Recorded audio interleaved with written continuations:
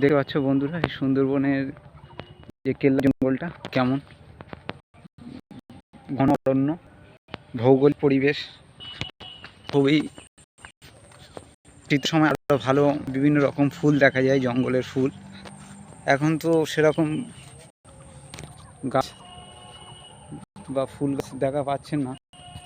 একটা ফুল গাছ আছে দেখা যাচ্ছে, এরকম আরো বিভিন্ন রকম গাছ, সুন্দরী গাছ আর সোনাঝুরি, আরো বিভিন্ন রকম গাছ এখানে আছে, শাল সেগুন প্রভৃতি গাছ আছে এখানে দেখা পাচ্ছেন। পাশেই নদী আছে।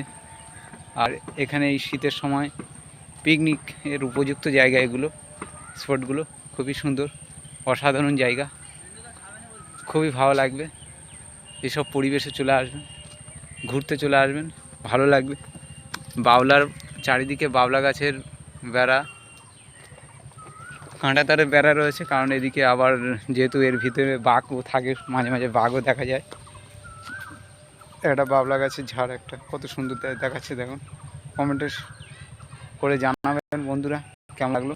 আর বাড়ির কাছাকাছি এরকম পিকনিক যে স্পটগুলো আছে আপনাদের স্পটলে আরও তুলে ধরবো, যাতে আপনার ছেলে মেয়েদের বা আপনার ফ্রেন্ড সার্কেলদের মধ্যে যদি কেউ থেকে থাকে তাদেরকে বলে দেবেন যে এই রকম জায়গা আছে, এখানে পিকনিক করার উপযুক্ত। বিশেষ করে আপনাদের যে ছোটো ছোটো ইস্যুর জন্য ভৌগোলিক পরিবেশ যেহেতু। ঠিক আছে, সবাই ভালো থাকবেন বন্ধুরা, সুস্থ থাকবেন এই আশা।